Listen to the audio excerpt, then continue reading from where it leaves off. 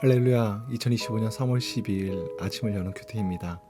오늘 아침을 여는 큐티 통해서 우리 성도님들이 하나님의 놀라운 은혜가 함께하기를 주님 이름으로 간절히 축복합니다. 오늘 본문은 창세기 26장 12절에서 22절 말씀입니다. 버터플라이 이펙트라는 말이 있습니다.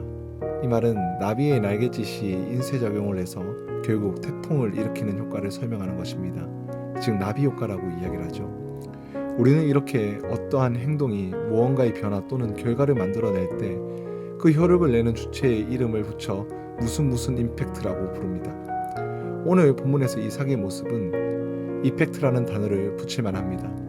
이삭이 가는 곳곳마다 변화가 생기고 새로운 결과가 만들어지기 때문이었죠. 이삭은 가는 곳마다 계속해서 주목을 받고 있습니다. 그리고 이삭이 가는 곳마다 경제적 변화, 관계적 갈등, 변화가 일어난다는 겁니다. 하나님의 사람은 이렇습니다.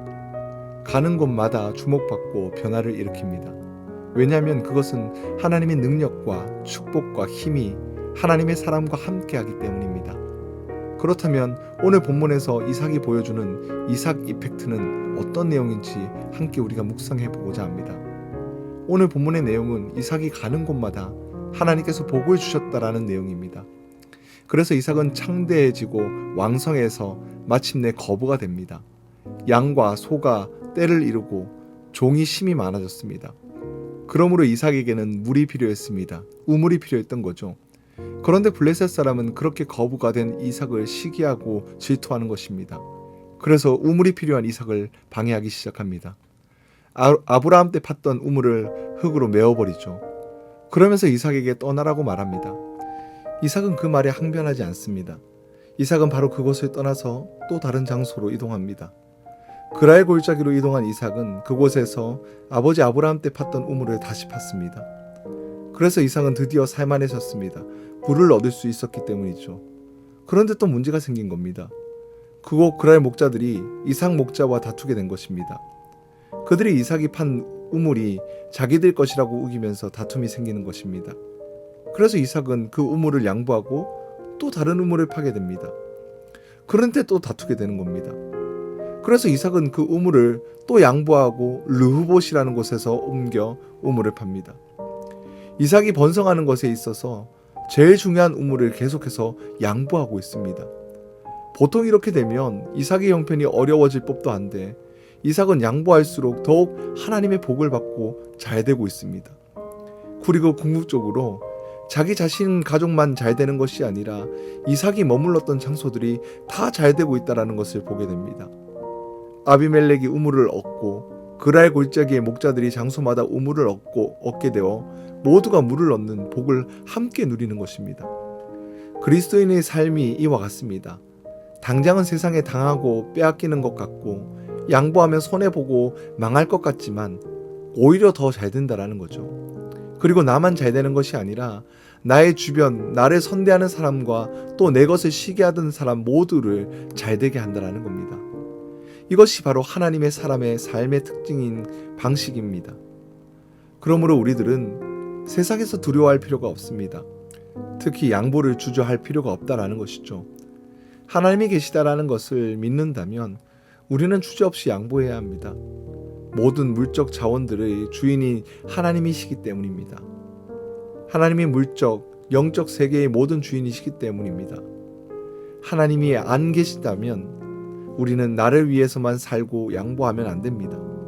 알아주는 사람이 아무도 없기 때문이죠. 손해만 보기 때문입니다. 그러나 하나님이 계시기 때문에 우리는 양보할 수 있어야 합니다. 왜냐하면 하나님께서 결국 더 큰 축복을 부어줄 것을 믿으며 양보할 수 있기 때문입니다. 그리고 우리의 인생의 성패가 내가 얼마나 악착같이 쌓았느냐가 아니라 우리가 얼마나 어디 가든지 하나님이 우리에게 우물을 터지게 만드는 복을 주시는가에 있다는 것을 믿기 때문에 우리는 양보할 수 있는 것입니다. 오늘 사랑하는 성도 여러분, 오늘 여러분들 모두가 이삭의 모습처럼 양보하는 사람들이 되길 주님 이름으로 간절히 축복합니다. 그리고 오늘 본문에서 볼 수 있는 이삭의 이펙트의 두 번째는 바로 쫓겨날수록 오히려 운신의 폭이 넓어졌다는 겁니다. 이삭은 우물을 팔 때마다 우물을 빼앗길 뿐만 아니라 그 우물에 있는 장소에서 쫓겨나고 있습니다. 이삭은 우물을 팔 때마다 그곳에 장막을 칩니다. 장막을 치는 것은 오늘날 집을 이사하는 것보다 훨씬 힘든 일입니다. 그곳을 터를 잡고 거주하는 곳을 마련하고 가족들과 종들과 가축들을 쉴 곳을 마련해야 되기 때문입니다. 매우 고된 작업이었을 겁니다. 이삭은 이런 장막을 계속해서 설치했다가 해체해야만 했습니다. 왜냐하면 장막을 만드는 곳곳마다 계속해서 쫓겨났기 때문입니다. 세상적으로 봤을 때는 이삭이 떠돌이 신세였다라는 것을 볼 수가 있습니다. 그런데 그 이삭의 결론은 어떤 단어로 표현되고 있습니까? 오늘 본문 22절은 이삭이 거기서 옮겨 다른 우물을 팠더니 그들이 다투지 아니하였으므로 그 이름을 르흐봇이라 하여 이르되 이제는 여호와께서 우리를 위하여 넓게 하셨으니 이 땅에서 우리가 번성하리로다 하였더라. 결국 계속 우물을 빼앗기고 쫓겨나서 최종적으로 자리를 잡게 된 장소의 이름을 르흐봇, 즉 넓게 하셨다라는 뜻의 장소였던 것입니다. 쫓겨난 이삭이 가장 넓은 땅을 차지하고 있었다라는 겁니다. 빼앗기고 쫓겨난 이삭이 가장 번성하게 된 것입니다. 우리는 우리가 거할 곳이 없고 쫓겨나고 불안정한 삶 속에서 하나님을 의심하기 시작합니다. 정말 하나님이 나와 함께 하시는지 의심할 때가 너무나 많이 있을 겁니다. 그러나 하나님은 그 과정을 통해서 르흐봇으로 우리를 인도하고 계십니다.